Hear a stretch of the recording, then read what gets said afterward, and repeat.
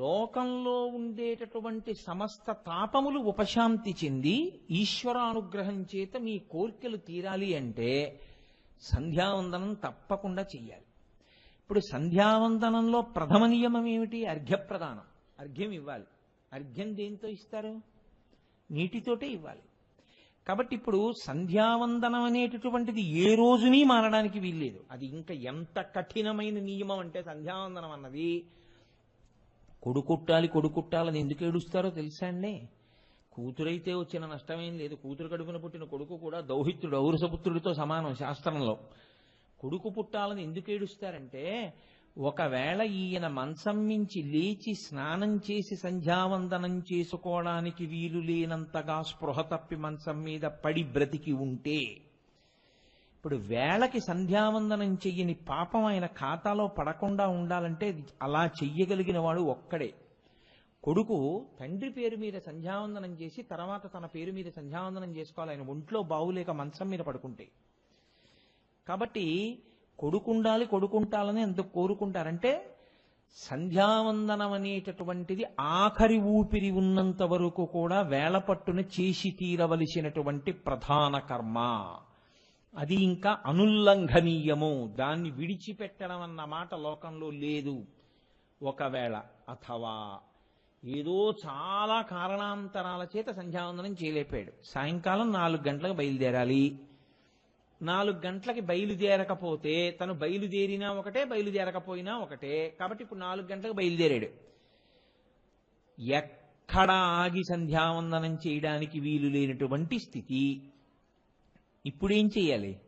సంధ్యావందనం చేసేవాడిని ఒకడిని పట్టుకుని వాడి ఇంటికి వెళ్ళి, అయా మీరు సంధ్యావందనం చేసి అర్ఘ్యం ఇచ్చినటువంటి జలాలలో కొన్ని తీసి పక్కనుంచండి, నేను రాత్రి ఇంటికి వచ్చిన తర్వాత మీ ఇంటికి వచ్చి తీర్థం పుచ్చుకుంటానని తీర్థం పుచ్చుకుని ఇంటికి వెళ్ళి అప్పుడు తాను ఇతర కర్మ చెయ్యాలి. సంధ్యావందనం అన్నది అంతగా చేయవలసిన కర్మ. ఇప్పుడు అసలు ఆ సంధ్యావందనం చేశాడు అన్న తృప్తికి అది చెయ్యడానికి ఏది ఆధారం? నీళ్లే. కాబట్టి పుట్టుక నుంచి మరణించే వరకు నీరు లేకుండా శౌచము కలిగేటటువంటి అవకాశమే లేదు. నీరే శౌచమును తీసుకొస్తుంది. శౌచం అంటే శరీరమునకు ఉన్నటువంటి అశౌచము. అశౌచము అంటే దేనితో మీరు ఈశ్వర కార్యం చెయ్యడానికి అంగీకరించరో అటువంటి ప్రతిబంధకాన్ని తీసేయడానికి అవకాశం ఒక్క స్నానము చేతనే. నేను ఇంకా దాని గురించి పెద్ద విశేషమైన వివరణ చెయ్యక్కర్లేదు. ఎటువంటి అపవిత్రత అయినా ఆ స్నానంతో తొలగిపోతుంది. ఇప్పుడు దీన్ని బట్టి మీకు ఏమర్థం అవుతోంది? నీరొక్కటే లోకంలో శౌచ సిద్ధిని కల్పించగలదు. నీరు వినా ప్రతిరోజు శౌచ సిద్ధికి విభూతి స్నానం చెయ్యం. ఏదో చాలా ఆత్యయిక పరిస్థితి అయితే, జ్వరంగా ఉంది, లేవగలడు, కూర్చోగలడు, అర్ఘ్యం ఇవ్వగలడు, కానీ స్నానం చేయకూడదు. అప్పుడు విభూతి స్నానం చేసి సంధ్యావందనం చేయాలి. రోజు విభూతి జల్లుకుని వెళ్ళిపోతానండి అంటే కుదరదు. రోజు శౌచానికి నీళ్లే. కాబట్టి నీటి కన్నా మీకు శౌచమును ఇవ్వగలిగినటువంటి పదార్థం ప్రపంచంలో ఇంకొకటి లేదు. ఇప్పుడు ఇంత శౌచమును ఇవ్వగలిగినటువంటి నీటి చేత తడిసినటువంటి శివుని యొక్క జటాజూటము గొప్పదై ఉంటే నీటి తడి వలన గొప్పదైందా? నీటికి అంత శౌచం, అంత గొప్పతనం శివుడి తల మీద పడడం వల్ల వచ్చిందా? అంటే ఆయన తల నీటి చేత తడిసింది కాబట్టి ఆయనకి శౌచం రాలేదు. నాకైతే అలా వస్తుంది శౌచం. నేను తలస్నానం చేస్తే నాకు శౌచం వస్తుంది. ఆయన అలా తలస్నానం చేస్తే ఆయనకి శౌచం రాలేదు. ఆయన నీళ్లు పోసుకోవడం వల్ల నీటికి శౌచం వచ్చింది. ఎంత శౌచం వచ్చిందో తెలుసా అండి? మామూలుగా స్నానం మీకు శౌచమునిస్తుంది. ఆయన ఒంటి మీద పడినటువంటి నీరు ఇలా చల్లుకుంటే పాపము విరిగిపోతుంది. అది గంగ. అందుకని ఆయన గంగాధరుడయ్యాడు. ఇప్పుడు బాగా పట్టుకోండి నేను చెప్పే విషయాన్ని. ఇప్పుడు మీరు ఒక మహత్కార్యాన్ని ఒకదాన్ని సంకల్పం చేశారు. అంటే మహత్కార్యం అంటే కొత్తగా ఉద్యోగంలో జాయిన్ అవడం ఇవి కాదు, అవన్నీ కుక్షింభరత్వం. మహత్కార్యం మనుష్య జన్మలో ఈశ్వరుణ్ణి చేరుకునేటటువంటి ప్రయత్నమే. ఈశ్వరుణ్ణి చేరుకునే ప్రయత్నంలో అంతర్భాగం ఏమిటి? చాలా మహత్కార్యం ఏమిటి? ఒక తీర్థయాత్ర. మీరు ఒక తీర్థయాత్రకు బయలుదేరుతున్నారు. ఒక మోక్షపురి ప్రవేశానికి సంకల్పం చేశారు. కాంచీపురం వెడదాం సంకల్పం చేశారు. కాంచీపురం మోక్షపురి, అరుణాచలం మహోత్కృష్ట ప్రదేశం, గోకర్ణం మహాద్భుత ప్రదేశం. అందులోకి రావాలి అంటే ఈశ్వర శాసనం లేకుండా లోపలికి రాలేరు మీరు. ఆయన అనుగ్రహిస్తేనే లోపలికి వెడతారు. ఇప్పుడు మీకు పాపం ఉందనుకోండి, చాలా పెద్ద పాపం, ఈశ్వరుడు లోపలికి రానివ్వడు. ఆ పాపం ఏం చేస్తుందంటే ప్రతిబంధకంగా అడ్డొస్తుంది. అడ్డొచ్చి ఏదో కారణం చెప్పించి వెనక్కి వెళ్ళిపోయేటట్టు చేస్తుంది. ఏదో ఫోన్ వస్తుంది, ఆయన ఇంక వెళ్ళకూడదు యాత్రకి, ఆయన వెనక్కి వెళ్ళిపోతాడు. అంటే పాపము ప్రతిబంధకంగా వచ్చేసింది. ఇలా రాకుండా ఈశ్వరుడికి దగ్గరవ్వాలి అంటే తీర్థయాత్రకి వెళ్లే ముందు ఏది చూసి నమస్కరిస్తారో తెలుసా అండి? కపర్ది కపర్ది కపర్ది అని 3 మార్లు చెప్పి ఈశ్వరుడి యొక్క జటాజూటం వంక చూస్తారు. అందుకే ఆయన పెద్ద కిరీటం పెట్టుకోడు. అసలు ఆ జటాజూటమే అంత పవిత్రం. ఒక్కసారి ఆ జటాజూటం వంక చూసి ఆ చంద్రవంక, అందులోంచి పడుతున్న గంగ మీరు చూశారనుకోండి, అలా చూసి ఒక నమస్కారం చేశారనుకోండి, అది అశౌచమును పాపమును విరగగొట్టగలిగినటువంటి స్థితిని గంగ దేని వల్ల పొందింది అంటే ఆయన తలకి తగలడం వల్ల పొందింది. గంగ పాపములను ఎందుకు తీస్తుందంటే ఆయన తలకి తగిలింది. తగలడం వల్ల లోకము యొక్క పాపములను, ఒకళ్ళవి ఇద్దరివి కావు, కొన్ని కోట్ల కోట్ల కోట్ల మంది పాపములను గంగ తీయగలిగినటువంటి శక్తి పొందింది. ఇంత శక్తి గంగయే పొందితే అంత శక్తి ఎందులో నిబిడీకృతమైందని గుర్తు ఆ తలలో, ఆ జటాజూటంలో ఉంది. కాబట్టి ఇప్పుడు మీరు ఆ జటాజూటానికి నమస్కారం చేసి కపర్ది కపర్ది కపర్ది అనడము, లేకపోతే ఈ నామాలు ఉన్నటువంటి రుద్రాధ్యాయంతో వేదమంత్రంతో నమ కపర్దిని చవ్యుప్త కేశాయత నమ సహస్రాక్షాయత శతధన్వనీచ అంటూ శివాభిషేకం చేసి బయలుదేరారనుకోండి, అప్పుడు మీకు పాపము ప్రతిబంధకముగా వచ్చి మిమ్మల్ని ఈశ్వరుడి దగ్గరికి వెళ్లకుండా అడ్డగించేటటువంటి పాపము తొలగిపోతుంది, తీసేస్తుంది. తీసి మీరు ఈశ్వరుడి వైపుకు వెళ్ళగలిగేటట్టు చేస్తుంది. అంటే అంత శక్తివంతమైనటువంటి నామము లోకములో లోకులనందరినీ అనుగ్రహించగలిగినటువంటి జటాజూటము ఆయన యొక్క జటాజూటం. మీకు లోకంలో ఉండే పెద్ద ఇబ్బంది ఏమిటో తెలుసా అండి? వెంట్రుక తనంత తానుగా మహాపాపహేతు.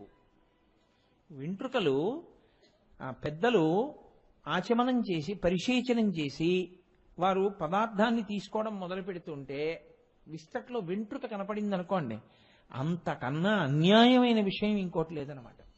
వారు ఏం చేయాలంటే అసలు శాస్త్ర ప్రకారం అయితే వెంటనే ఉత్తరాపోసనం పట్టి వదిలిపెట్టేస్తారు. న్యాయంగా అయితే ఇక తినకూడదు. వెంట్రుక అంత పాపభూయిష్టమైనది.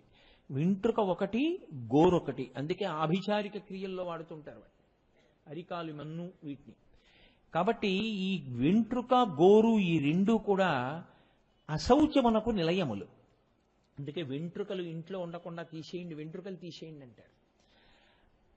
లోకంలో బాగా నల్లగా పొడుగ్గా ఉన్నటువంటి జడ ఉందనుకోండి, అది మోహమును కల్పిస్తుంది. కాబట్టి వెంట్రుకలను కానీ వెంట్రుకల సముదాయమును కానీ ఎప్పుడూ కూడా పుణ్యహేతువులుగా చెప్పరు.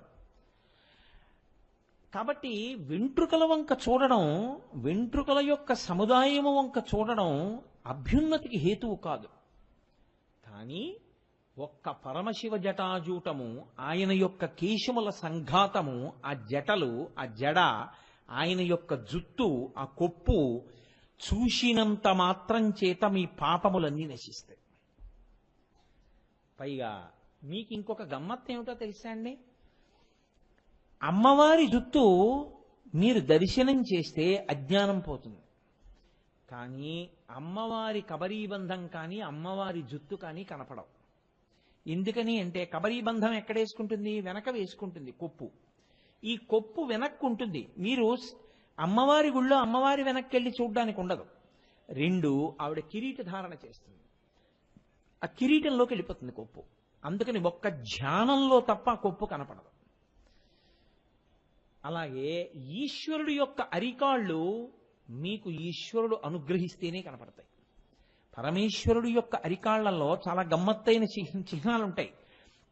రేఖామయధ్వజసుధా కలశాతపత్ర వజ్రాంకుశాంబురుహ కల్పక శంఖ చక్రై భవ్యైరలంకృతతలౌ పరతత్వ చిహ్నై శ్రీవేంకటేశ చరణౌ శరణం ప్రపద్యే అంటాం. అమృతభాండము, నాగలి ఇలాంటివి. ఏది మీరు ఎలా చూస్తారు? కనపడతాయా మీకు? వెంకటేశ్వర స్వామి వారు నిలబడి ఉంటారు, ఎలా కనపడతాయి? మీకు కనపడవు. మీకు కనపడాలంటే ఆయన కూర్చోవాలి. ఆయన కూర్చుని మిమ్మల్ని కింద కూర్చోమన్నది. మీరు కూర్చున్న తర్వాత ఇప్పుడు స్వామి మీ కాళ్ళు పట్టుకుంటానండి నా చేతులతో అన్నారనుకోండి, గృహీత్వా హస్తాభ్యాం శిరసి నయనే వక్షసి వహన్ అంటారు శంకరాచార్యులు వారి శివానంద లహరిలో.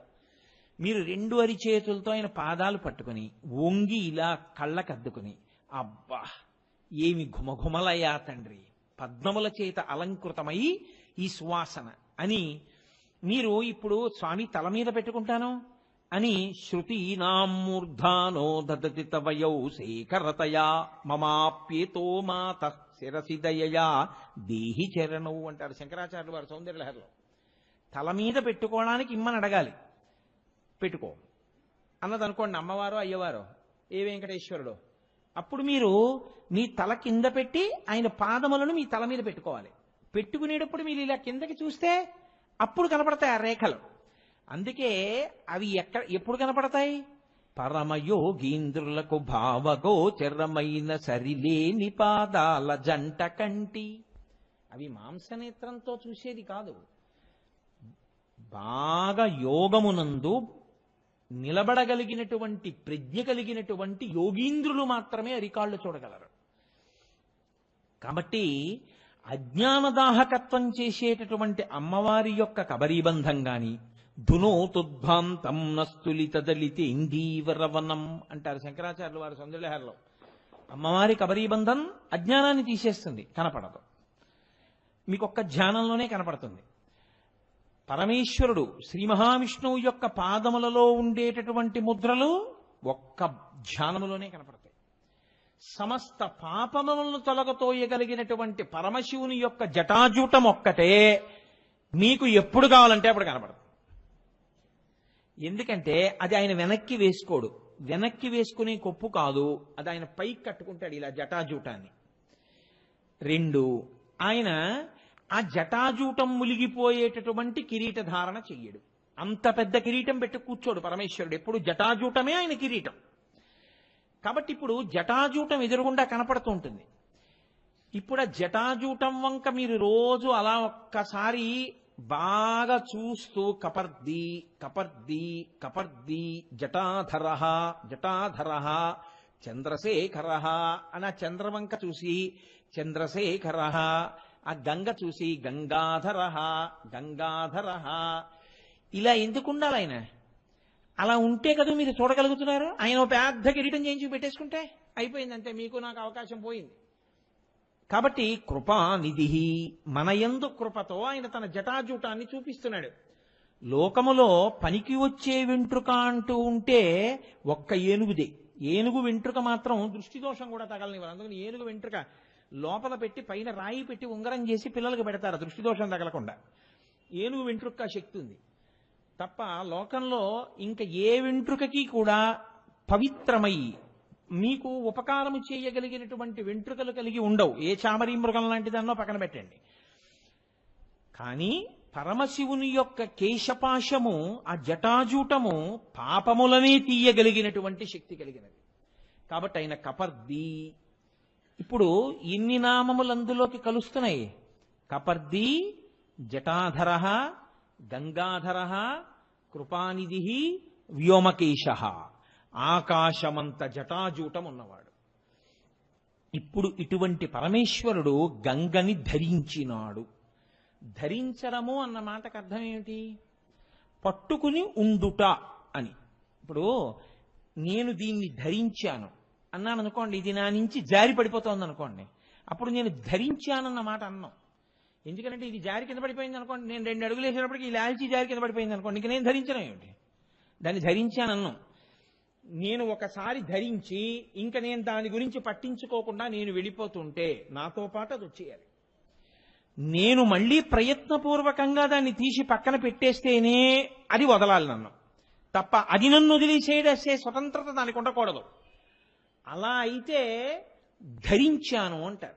దాన్ని ధరించాడండి ఆయన. బట్టలు ధరించాడు, పుష్పమాల ధరించాడు. ఆయన గంగను ధరించాడు, గంగాధరుడు. ఎలా కుదురుతుంది? ఎక్కడ ధరించాడు? వెంట్రుకలలో ధరించాడు.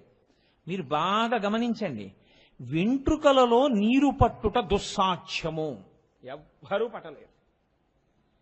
అథవా నేను పట్టుకుంటానండి, నాకు చాలా పెద్ద జుట్టు ఉంది, దాన్ని ఏదో చుట్టూ పెద్ద అట్టహాసంగా కట్టేస్తాను, చిన్న కన్నం పెడతాను. ఎన్ని పడతావు? ఓ చెంబుడు పడతావు. ఆయన దేన్ని పట్టాడు? ఆకాశ గంగనంతటినీ పట్టేశాడు. ఎన్నాళ్ళు పట్టాడు? కొన్ని సంవత్సరములు పట్టేశాడు. అలాగే ఇది సాధ్యమా ఎవరికైనా? పైగా ఇప్పుడు ఆ పడిపోతున్న గంగ ఏమైంది? కదలిక లేకుండా అలా ఉండిపోలేదు. గంగ అంటే నీటికి ఒక లక్షణం ఉంటుంది, ఎప్పుడు పల్లాన్ని వెతుక్కుంటుంది, బయటికి వెళ్ళిపోయే మార్గాన్ని వెతుక్కుంటుంది. ఎందుకని ఆవిడ పడ్డం ఆకాశం మించి పడింది, పడింది శివుడి జటాజూటంలో పడింది, అక్కడి నుంచి కింద పడిపోవాలి, పాతాళానికి వెళ్ళిపోవాలి ఆవిడ. కానీ ఇబ్బంది ఎక్కడొచ్చిందో తెలుసా అండి? కొన్ని సంవత్సరముల పాటు అలా ప్రవహిస్తూనే ఉంది ఆవిడ. ఎక్కడ? ఆ జటాజూటంలోనే. ఇంత నీరంటే అది ఎంత నీరు అలా పడింది అని మీరు అనుకుంటున్నారో అంత అనుకోవడమే, దానికి లెక్కేం లేదు. ఇప్పుడు నీరు పడుతోంది, జటాజూటము అలాగే ఉంది. ఎన్ని సంవత్సరములు పడినా దానికి బయటికి వెళ్ళడానికి దారి లేదు. అలా గంగని పట్టగలిగినంత జటాజూటమున్నవాడు లోకంలో ఇంకొకడు లేడు అసలు. ఇప్పుడు ఆయన జటాజూటానికి అంత శక్తి ఉంటే ఆయన శక్తి ఎలా ఉంటుంది? ఇప్పుడు ఆయన శరీరావయములు అంగ ప్రత్యంగముల యొక్క శక్తి ఎలా ఉంటుంది? ఆయన ఎలా ఉంటాడు? అటువంటి వాడు నీళ్లు పట్టడానికి ఒప్పుకోవలసిన అవసరం ఏంటి జటలో? అది గంగాధర అంటే తాను పట్టగలడు, అట్టె పెట్టగలడు, తాను వదలాలనుకుంటేనే వదలగలడు. ఇప్పుడు పట్టడం వల్ల వదలడం వల్ల ప్రయోజనం ఎవరికి కలిగింది? పట్టడం వల్ల వదలడం వల్ల అహంకారం ఎవరికి వదిలింది? మీరు ఒక్కసారి ఆలోచించండి. గంగాధర నామం ప్రారంభం దేంతో మొదలంటే, ఒక వంశంలో పుట్టి చాలా దుడుకుతనంతో ప్రవర్తించి చనిపోయిన వాళ్ళు ఉన్నతగతులు పొందడం కోసమని చెప్పి అవతరించడానికి ప్రారంభమైనటువంటి గంగా అవతరణ కథ ఎవరి దగ్గర పూర్తయిందంటే, మొత్తం లోకంలో పుట్టినటువంటి సమస్త జనావళికి ఉపకారం చేయడం దగ్గర పూర్తయింది. అంటే ఇంకా ఇంత స్థాయిలో ఉపకారం చెయ్యగలిగినటువంటి వాడు ఇంకొకడు ఉంటాడా? ఈశ్వరుడు తప్ప. ఇది ఆయన గొప్పతనం.